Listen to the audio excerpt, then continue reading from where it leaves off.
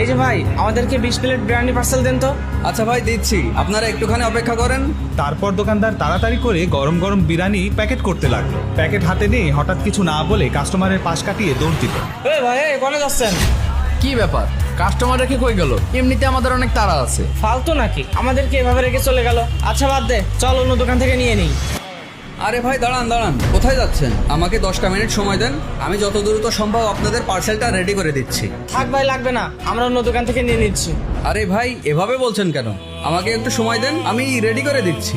আপনার সাথে কিভাবে কথা বলবো? আপনি আমাদেরকে দোকানে ফালা রেখে চলে গেছেন। আপনি একটা ফালতু লোক।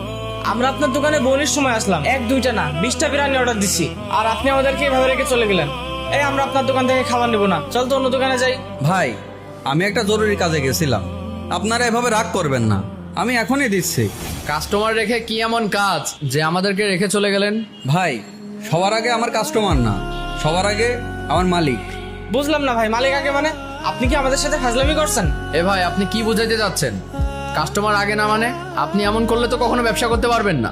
ভাই বিষয়টা আমি আপনাদেরকে বুঝিয়ে বলি। আমি কোনো কাজ শুরু করার আগে মসজিদে গিয়ে 2 রাকাত নামাজ পড়ে আসি, কারণ আমি বিশ্বাস করি আল্লাহ তাআলার নাম নিয়ে যদি কোনো কাজ শুরু করা হয় তাহলে সেই কাজে আল্লাহ তাআলা বরকত দান করেন।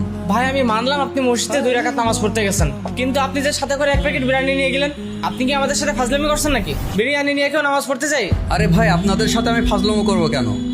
মসজিদের পাশে একজন বৃদ্ধ লোক থাকে, তার পরিবারে কেউ নেই, এজন্য আমার বউনি হওয়ার আগে প্রথম খাবারটা তাকেই দিই। বাহ, আপনার চিন্তা ভাবনা দেখছি খুবই ভালো। যে আল্লাহর নামে প্রতিদিন কাজ শুরু করে সে নিঃসন্দেহে একজন ভালো মানুষ। আচ্ছা একটা কথা বলেন তো, এতে কি আপনার লস হয় না? আর 1 মিনিট লেট হলে তো আমরা এখান থেকে চলে যাইতাম, আর আমরা এখান থেকে চলে গেলে আপনি তো 20 প্যাকেট বিরিয়ানি আমাদের কাছে বিক্রি করতে পারতেন না।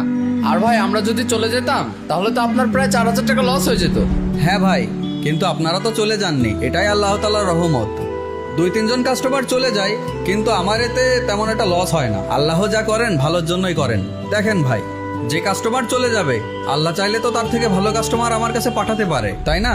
ভাই আল্লাহর উপর আপনার এত বিশ্বাস, যাক ব্যাপারটা আমার কাছে অনেক ভালো লাগছে। ভাই আমরা আপনার এই বিশ্বাসকে ভাঙতে দিব না। আপনি যান, দ্রুত যে খাবারগুলো আমাদের জন্য পার্সেল করে দেন। আচ্ছা ভাই, আমি এখনই প্যাক করে দিচ্ছি। এই যে ভাই আপনাদের খাবার, আবার আসবেন।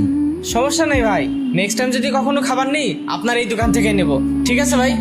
রিজিক মানুষের হাতে না, রিজিক আল্লাহর হাতে। সৎ পথে থাকলে হয়তো কিছু হারাবেন, কিন্তু শেষ পর্যন্ত আল্লাহ আপনাকে তার চেয়েও ভালো কিছু দিবেন। ভিডিওটা যদি ভালো লাগে অবশ্যই একটা শেয়ার করে সবাইকে দেখার সুযোগ করে দিবেন।